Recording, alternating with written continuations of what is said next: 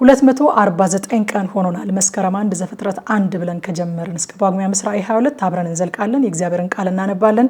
ዛሬ የምናነበው ትንቢተ ሕዝቅኤል ከምዕራፍ 4 እስከ 6 ድረስ ያለውን ነው። አብረን እናንብብ። በጌታ በኢየሱስ ስም አነባለሁ። ምዕራፍ 4 አንተም የሰው ልጅ ሆይ ጾብን ወስደ በፊትህ አኑራት፣ የኢየሩሳሌምንም ከተማ ስዕል ሳልባት፣ ክበባት፣ ምሽግም ስራባት፣ አፈርም ደልድልባት፣ ሰፈርም አቁምባት፣ በዙሪያውም የሚያፈርስ ግንድ አድርግባት።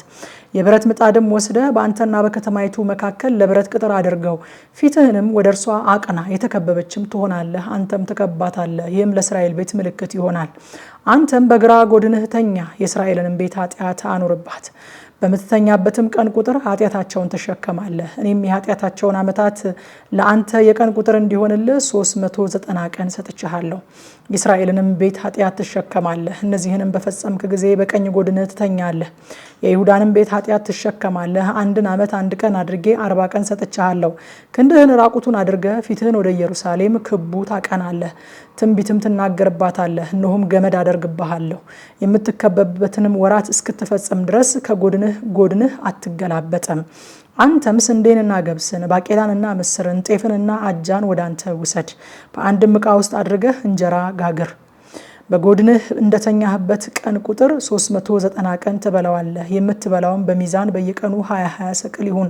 በየጊዜው ትበላዋለህ። ውሃውን በልክ የኢን መስፈሪያ ከ6 እጅ 1 እጅ ትጠጣለህ። በየጊዜው ትጠጣዋለህ። እንደ ገብስ እንጎቻም አድርገህ ትበላዋለህ። ከሰውም በሚወጣ ፋንድያ በፊትህ ትጋግረዋለህ። እግዚአብሔርም እንዲሁ የእስራኤል ልጆች እነርሱን በምበትንባቸው በአሕዛብ መካከል ርኩስ እንጀራቸውን ይበላሉ አለ። እኔም ጌታ እግዚአብሔር ሆይ ወዮ፣ እነሆ ሰውነቴ አልረከሰችም፣ ከታናሽነቴ ጀምሮ እስከ ዛሬ ድረስ ጥንብና አውሬ የሰበረውን ከቶ አልበላውም፣ ርኩስም ስጋ ባፌ ውስጥ አልገባም አልኩ። እርሱም እነሆ በሰው ፋንድያ ፋንታ ኩበት ሰጥቼሃለሁ፣ በእርሱም እንጀራህን ትጋግራለህ አለኝ። ደግሞም እንዲህ አለኝ፣ የሰው ልጅ ሆይ የኢየሩሳሌምን እንጀራ በትር እሰብራለሁ። እየፈሩም እንጀራን በሚዛን ይበላሉ፣ እየደነገጡም ውሃን በልክ ይጠጣሉ። ይህም እንጀራንና ውሃን እንዲያጡ እርስ በርሳቸውም እንዲደነቁ በኃጢአታቸውም እንዲሰለስሉ ነው። ምዕራፍ 5 አንተም የሰው ልጅ ሆይ የተሳለን ጎራዴ ውሰድ፣ እንደ ጢም መላጫ ወደ አንተ ትወስደዋለህ። ራስህንና ጢምህንም ትላጭበታለህ። ሚዛንንም ውሰድ፣ ጠጉርህንም ትከፋፍላለህ። የመከበብም ወራት በተፈጸመ ጊዜ በከተማይቱ መካከል ሲሶውን በእሳት ታቃጥላለህ። ሲሶውንም ወስደህ ዙሪያውን በጎራዴ ትመታለህ። ሲሶውንም ወደ ነፋስ ትበትናለህ። እኔም በኋላቸው ጎራዴ እመዛለሁ። በዚያም በጥቂቱ ውሰድ፣ በመጎናጸፊያም ጫፍ ቋጥራቸው። ከእነርሱም ደግሞ ወስደህ በእሳት ውስጥ ትጥላለህ፣ በእሳትም ታቃጥላቸዋለህ። ከዚያም በእስራኤል ቤት ሁሉ ላይ እሳት ትወጣለች። ጌታ እግዚአብሔር እንዲህ ይላል፣ ይህች ኢየሩሳሌም ናት፣ በአሕዛብ መካከል አድርጊያታለሁ፣ አገሮቿም በዙሪያዋ አሉ። እርሷም ከአሕዛብ ይልቅ ፍርዴን በኃጢአት ለወጠች፣ በዙሪያዋም ካሉ አገሮች ሁሉ ይልቅ ትእዛዜን ተላለፈች። ፍርዴን ጥለዋልና በትእዛዜም አልሄዱምና፣ ስለዚህ ጌታ እግዚአብሔር እንዲህ ይላል፣ በዙሪያችሁ ላሉት አሕዛብ ሰበብ ሆናችኋልና፣ በትእዛዜም አልሄዳችሁምና፣ ፍርዴንም አልጠበቃችሁምና፣ በዙሪያችሁም እንዳሉ እንደ አሕዛብ ፍርድ እንኳን አላደረጋችሁምና፣ ስለዚህ ጌታ እግዚአብሔር እንዲህ ይላል፣ እነሆ እኔ ራሴ በአንቺ ላይ ነኝ። አሕዛብም እያዩ ፍርድሽን በመካከልሽ አደርጋለሁ። ስለ ርኩሰትሽም ሁሉ ያልሰራሁትን እነርሱንም የሚመስል ደግሞ የማልሰራውን ነገር እሰራብሻለሁ። ስለዚህ በመካከልሽ አባቶች ልጆቻቸውን ይበላሉ፣ ልጆችም አባቶቻቸውን ይበላሉ። ፍርድንም አደርግብሻለሁ። ከአንቺም የቀረውን ሁሉ ወደ ነፋሳት ሁሉ እበትናለሁ። ስለዚህ እኔ ሕያው ነኝና በድፍሽና በርኩሰትሽ መቅደሴን ስላረከስሽ፣ ስለዚህ በእውነት እኔ አሳንስሻለሁ ይላል ጌታ እግዚአብሔር። ዓይኔም አይራራም፣ እኔም አላዝንም።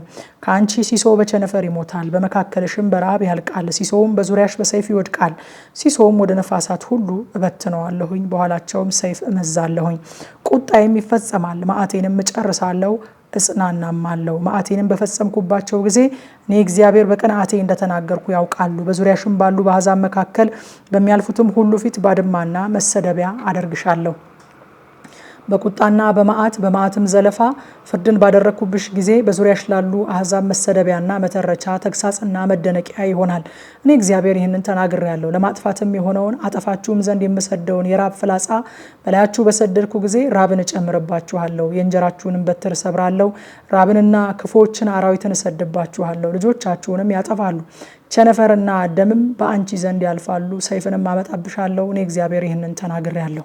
ምዕራፍ 6 የእግዚአብሔር ቃል ወደ እኔ እንዲህ ሲል መጣ። የሰው ልጅ ሆይ ፊትህን ወደ እስራኤል ተራሮች አቅና፣ ትንቢትም ተናገርባቸው፣ እንዲህም በል የእስራኤል ተራሮች ሆይ የጌታ የእግዚአብሔርን ቃል ስሙ። ጌታ እግዚአብሔር ለተራሮችና ለኮረብቶች ለምንጮችና ለሸለቆዎች እንዲህ ይላል፣ እኔ እነሆ እኔ ሰይፍን አመጣባችኋለሁ፣ የኮረብታውንም መስገጃዎቻችሁን አጠፋለሁ፣ መሰዊያዎቻችሁም ይፈርሳሉ፣ የፀሐይ ምስሎቻችሁም ይሰበራሉ፣ ተወግተውም የሞቱትን ሰዎቻችሁን በጣዖቶቻቸው ፊት እጥላለሁ።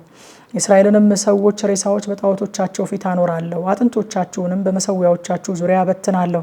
በምትኖሩባቸውም ስፍራ ሁሉ ከተሞቹ ይፈርሳሉ፣ የኮረብታው መስገጃዎችም ሁሉ ውድማ ይሆናሉ። መሰዊያዎቻችሁም ይፈርሳሉ፣ ባድማም ይሆናሉ። ጣዖቶቻችሁም ይሰበራሉ ያልቃሉም። የፀሐይ ምስሎቻችሁ ይቆረጣሉ፣ ስራችሁም ይሻራል። ተወግተውም የሞቱት በመካከላችሁ ይወድቃሉ። እኔም እግዚአብሔር እንደሆንኩ ታውቃላችሁ።